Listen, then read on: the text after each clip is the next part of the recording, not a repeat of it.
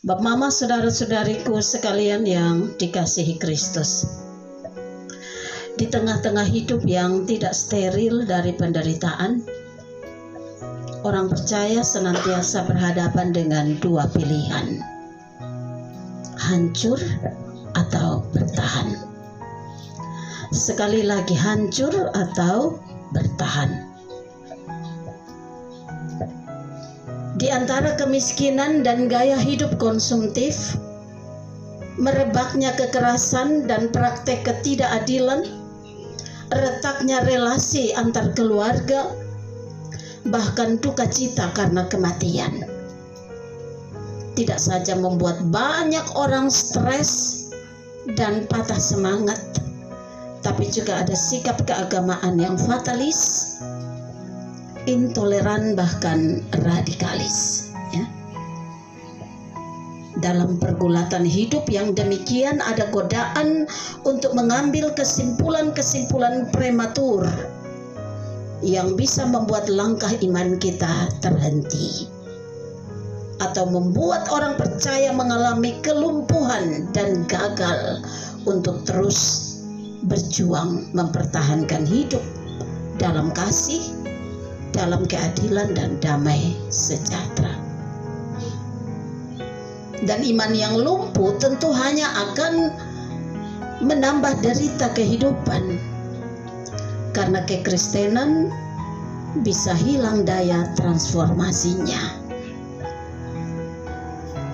Orang Kristen yang seharusnya tangguh bisa menjadi loyo dan tidak bersemangat.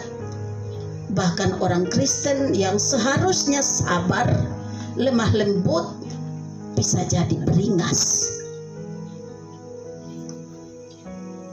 Malah ini menimbulkan persoalan yang baru. Kalau sudah begitu, maka sekali lagi damai sejahtera akan pupus ditelan gelombang hidup. Memang begitulah kenyataan, saudara, bahwa tidak ada kejayaan yang abadi.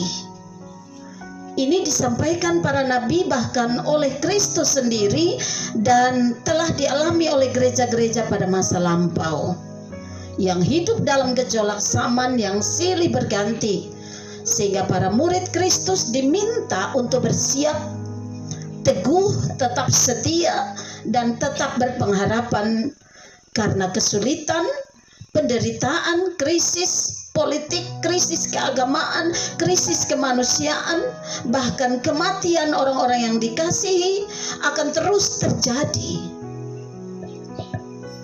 Tapi itu semua bukanlah akhir dari kehidupan yang sesungguhnya. Sebab justru dari sanalah muncul semangat berselancar di deru gelombang hidup bersama Kristus tentunya. Mari saya ajak kita lihat teks kita pada kesempatan ini. Bapak Mama, saudara-saudaraku, bacaan kita dilatar belakangi dengan kenyataan tentang sejarah pengepungan dan penghancuran bait suci sekitar 20 tahun sebelum Injil Lukas ini ditulis. Bapak Mama, saudara-saudara, Lukas mencatat peristiwa ini dalam konteks percakapan para murid dengan Yesus. Yesus mengatakan bahwa kemegahan bait suci bukan yang terpenting, sebab kenyataannya kemegahan itu akan diruntuhkan. Yesus bilang tidak akan ada satu batu pun akan dibiarkan terletak di atas batu yang lain.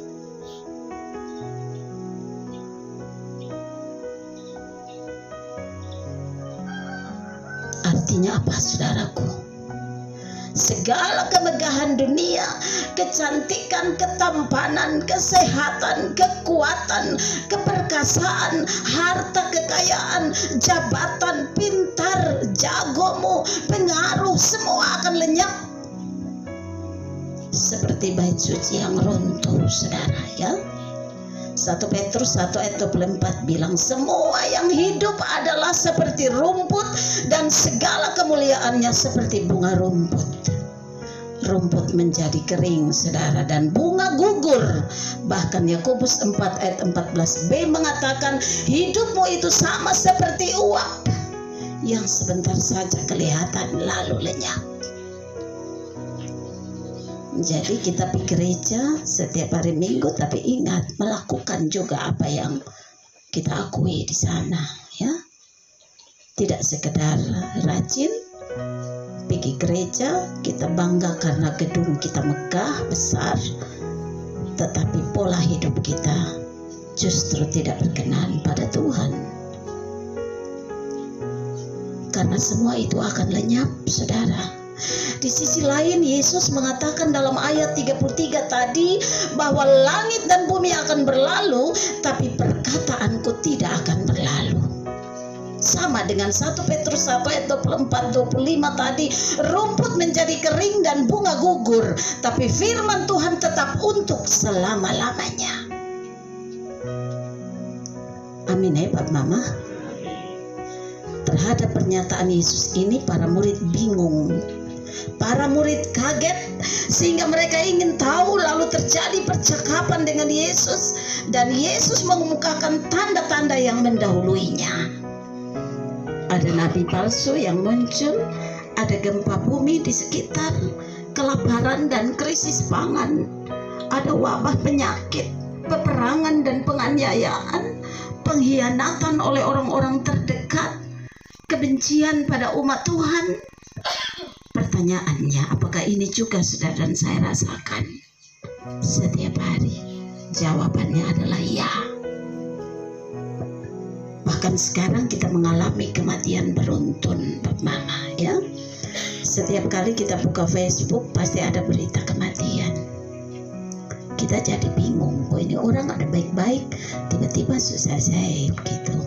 Ada yang memang sakit, memberi tanda-tandanya, tapi ada yang dari rumah tegur baik-baik, pikirlah tidak kembali, jenazahnya yang kembali, ya. Bapak Mama dengar berita kemarin itu ada keluarga Waang yang mengalami lagi duka cita, begitu jalan di jalan tabrakan lalu selesai begitu, ya.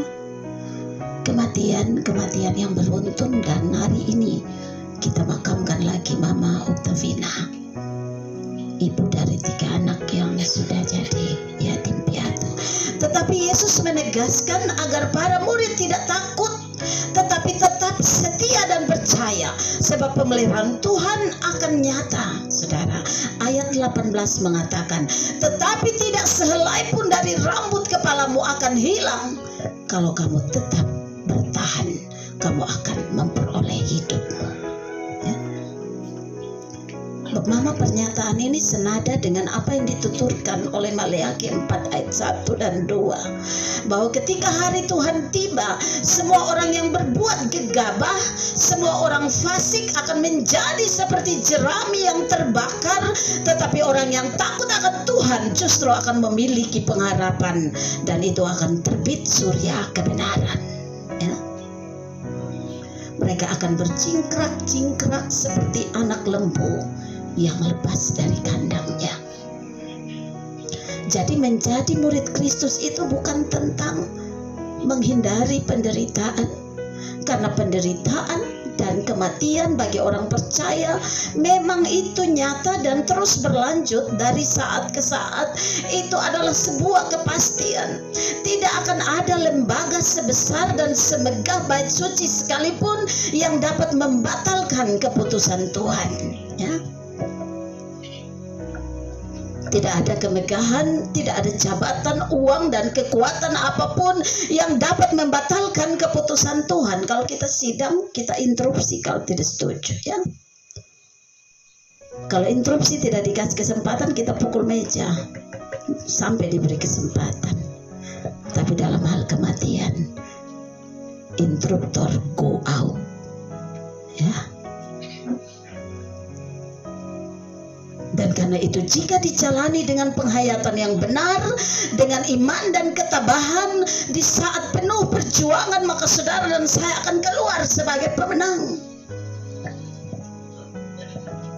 Tidak ada kemenangan tanpa perjuangan. Dan 1 Korintus 15 ayat 58b mengatakan, dalam persekutuanmu dengan Tuhan, jerih payahmu tidak sia-sia. Tidak ada kemenangan tanpa berjerih lelah, saudara, ya. Karena itu Lukas membuat pencerahan pada pembacanya bahwa meski orang-orang percaya itu mengalami pukulan telak termasuk kematian, meski semua di sekitar orang percaya itu seolah-olah runtuh seperti bait suci yang runtuh, meski akan terjadi kekacauan di kosmos ini secara meluas maupun dalam keluarga, tidak saja saling mengkhianati, tapi ada anggota keluarga yang makin berkurang. Ketahanan iman harus menjadi tanda kemuritan sejati. Saya kira Mama Mada biasanya di perkantas itu ada bagian tertentu yang diajarkan, yaitu pemuritan, ya. Bagaimana menjadi murid yang sejati, ya. Jadi walaupun sedih, walaupun menangis, hidup ini harus berlanjut, ya. Meskipun tanpa mama dan tanpa bapa.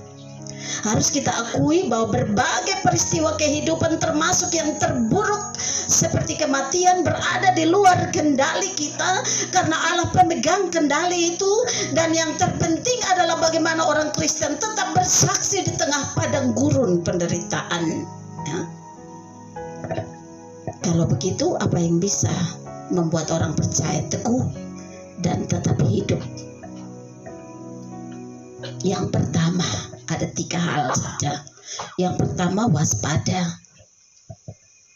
Waspada ini berhubungan dengan aktivitas melihat dengan detail dan saksama dalam membaca tanda-tanda zaman ini.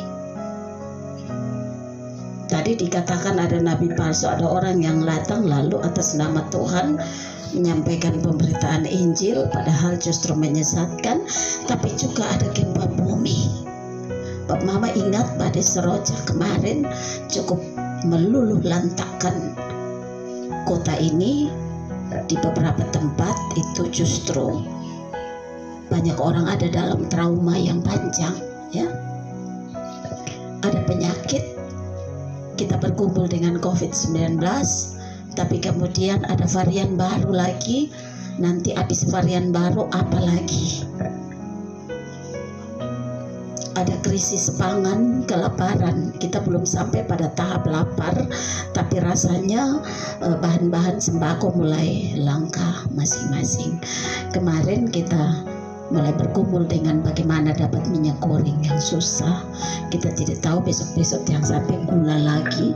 Kita tidak tahu, ya. Ada peperangan dan penganiayaan yang luar biasa. Peperangan di Palestina kita tentu tidak asing lagi, tapi kini ada perang Ukraina dan Rusia, ya, menelan korban yang cukup banyak. Ada pengkhianatan orang-orang terdekat dalam keluarga. Bapak mama sekarang pengkhianatan suami istri marak sekali sekarang. Ada yang diam-diam melakukan, menyakitkan sekali kehidupan sesama suami istri. Tapi juga kita harus waspada terhadap kematian yang beruntun, ya. Masing-masing kita harus berpikir, kira-kira habis ini siapa? Tuhan, saya masih mau hidup. Banyak hal belum bisa saya selesaikan. Perkunjungan saya di rumah ini sekitar akhir Maret itu bertemu dengan Mama Galaraja. Beliau menyampaikan 2 hal penting.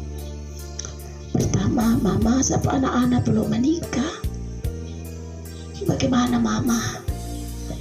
Mama, saya punya anak-anak. Bagaimana bisa mendapatkan pekerjaan yang baik? Mama, saudara-saudaraku, tidak semua hal bisa kita selesaikan. Banyak kematian beruntun, dan kita harus meninggalkan dunia ini walaupun kita belum sempat menyelesaikannya. Bapak mama, saudara-saudara, saya berdoa bersama almarhumah, tapi saya tidak pernah menyangka kalau itu pertemuan terakhir dan beliau pergi meninggalkan pekerjaan rumah, mimpi yang belum kesampaian. Bapak mama, waspadalah terhadap segala keadaan di sekitar kita. Yang kedua, taat dan punya ketetapan hati pada Tuhan. Ya. Menderita tapi taat bukan gampang, Bapak Mama, saudara-saudara. Kita yang datang menghibur 3 orang kekasih, kita bilang jangan menangis.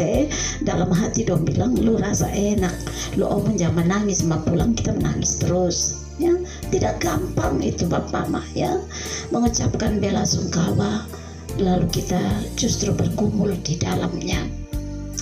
Tapi teks kita mengatakan taat dan punya ketetapan hati pada Tuhan, menderita tetapi taat, ya.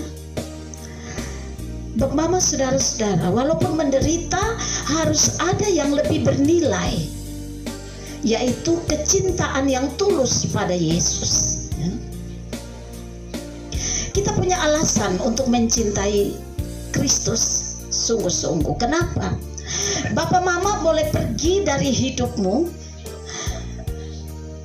tetapi Kristus tidak akan pergi dari hidupmu. Ya, Kakak Eva, Kakak Sam, dan Kakak Mada, sekali lagi, Bapak Mama boleh pergi dari hidupmu, tapi Kristus tidak akan pergi dari hidupmu. Karena Ia yang mengatakan tidak sehelai rambut di kepalamu itu jatuh atau gugur, kamu tetap bertahan, kamu akan memperoleh hidupmu. Dan Dia juga yang mengatakan dalam Yohanes 14 ayat 18, aku tidak akan meninggalkan kamu sebagai yatim piatu, aku datang kembali kepadamu. Kamu mengenal Dia sebab Dia menyertai kamu dan Dia akan ada di dalam kamu. Ya. Kalau seorang ibu akan meninggalkan kenyamanan untuk istirahat tengah malam hanya untuk menyusui bayinya dan mengganti popok karena kecintaan pada bayinya, apatah lagi Kristus yang karena kecintaan pada saudara dan saya rela memberi nyawanya. Ya. Jadi Tuhan beri kesempatan kepada kita sekalian untuk menjalani penderitaan sambil taat dan percaya pada Tuhan, sambil belajar taat pada Tuhan. Kakak Eva, Kakak Sam, dan Kakak Mada juga diberi kesempatan Tuhan belajar dalam penderitaan duka ini.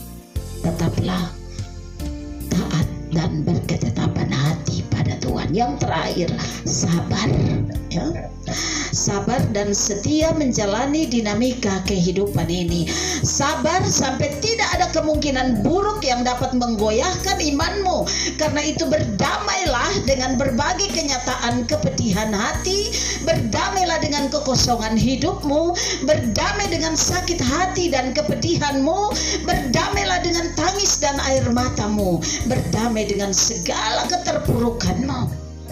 Di sanalah kita akan beroleh kepenuhan hidup sebagai pengikut Kristus yang tangguh.